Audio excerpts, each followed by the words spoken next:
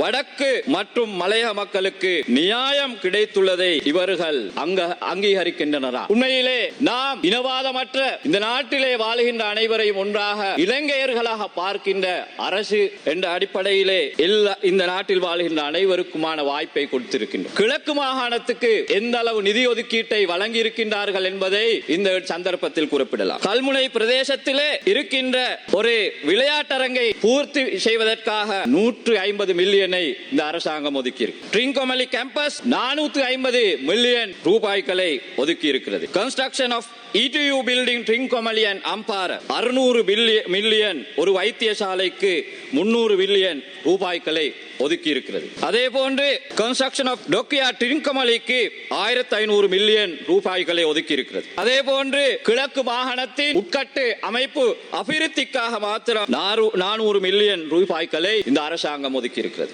அது மாத்திரமல்ல, அதே போன்று சுவாமி விபுலானந்தா அந்த கல்வி நிலையத்துக்காக 300 மில்லியன் ரூபாய்களை ஒதுக்கி இருக்கிறது. ஒரு கார்டியாலஜி யூனிட்டை ஆரம்பிப்பதற்காக அம்பாறையிலே 200 மில்லியன் ரூபாய்களை இந்த அரசு ஒதுக்கி இருக்கிறது. அதே போன்று உகன மகா ஓய பாதையை புனர்நிர்மாணம் செய்வதற்கும் இந்த அரசு பாரிய பணத்தொகை ஒன்றை ஒதுக்கி இருக்கிறது. அதே போன்று கிழக்கு மாகாணத்திலே மழை நீரை சேமிப்பதற்கான ஒரு திட்டத்தையும் இந்த அரசாங்கம் ஒதுக்கி அதற்காகவும் பணத்தை ஒதுக்கியுள்ளது. அதே போன்றுதான் மீள் குடியேற்றம் சம்பந்தமாகவும் அதற்கான பல தொகை மில்லியன்களை இந்த அரசாங்கம் ஒதுக்கி இருக்கிறது. அதே போன்று மீனவத்துறை சார்ந்தும் இந்த பிரதேசத்தில் அபிவிருத்திகளை மேற்கொள்வதற்காகவும் பல மில்லியன்களை இந்த அரசாங்கம் ஒதுக்கியிருக்கு.